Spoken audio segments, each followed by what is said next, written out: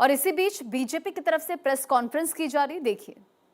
हम कांग्रेस पार्टी से यह साफ पूछना चाहते हैं कि हर कदम के ऊपर आप अपनी एक नई डिमांड खड़ी कर रहे हैं और जब वो चीज पूरी कर ली जाती है उसके बाद भी आप सदन को नहीं चलने दे रहे हैं।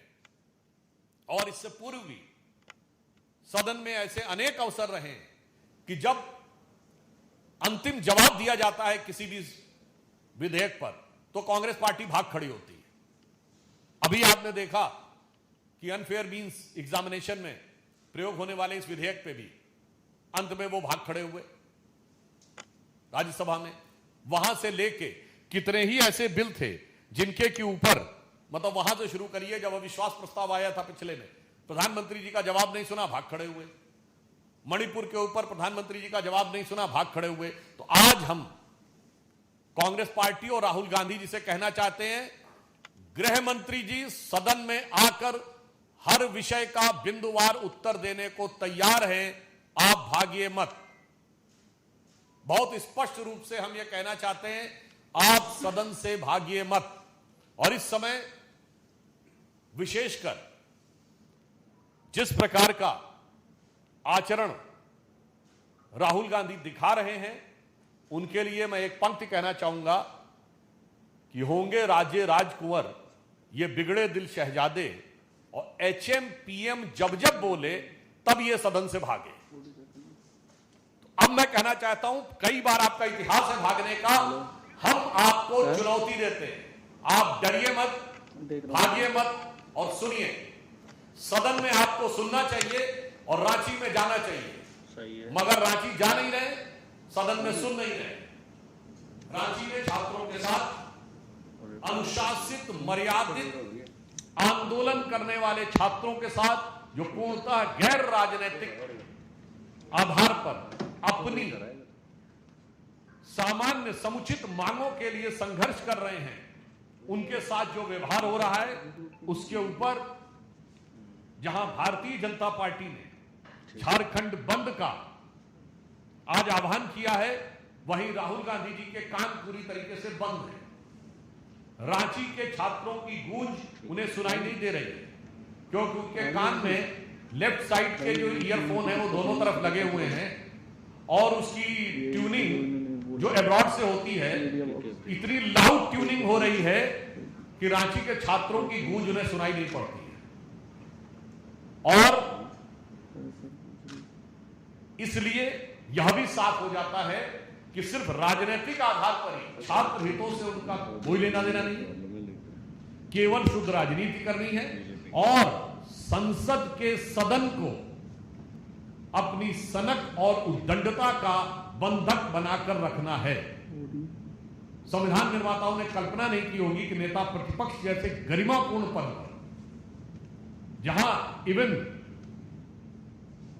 इनसे सीनियर नेता खड़गे जी राज्यसभा में, पिछली बार अधीर रंजन चौधरी थे लोकसभा में, तब ऐसा सीन देखने को नहीं मिलता था। उससे पूर्व याद करिए स्वर्गीय सुषमा स्वराज जी, अरुण जेटली जी, इवन अटल जी की सरकार के समय में सोनिया जी और डॉक्टर मनमोहन सिंह, उस समय क्या कभी ऐसा दृश्य देखने को मिलता था? नरसिम्हा राव जी की सरकार में अटल जी और अडवाणी जी, तब कभी ऐसा सीन देखने को मिलता था?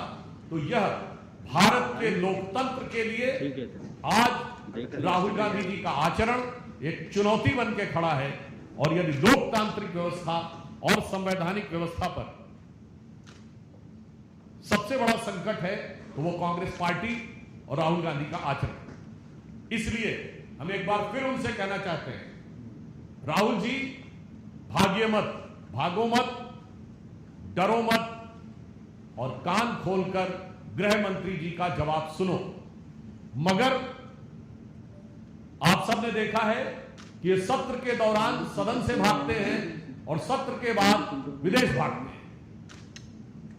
इसलिए मैं उनसे कहना चाहूंगा कि यह स्वाभाविक है कि आप सत्र के बाद एक बार पुनः विदेश भागेंगे, पर विदेश भागने से पहले इतनी हिम्मत जुटाइए, इतना साहस जुटाइए कि गृह मंत्री अमित शाह जी का वक्तव्य सुनकर जाइए।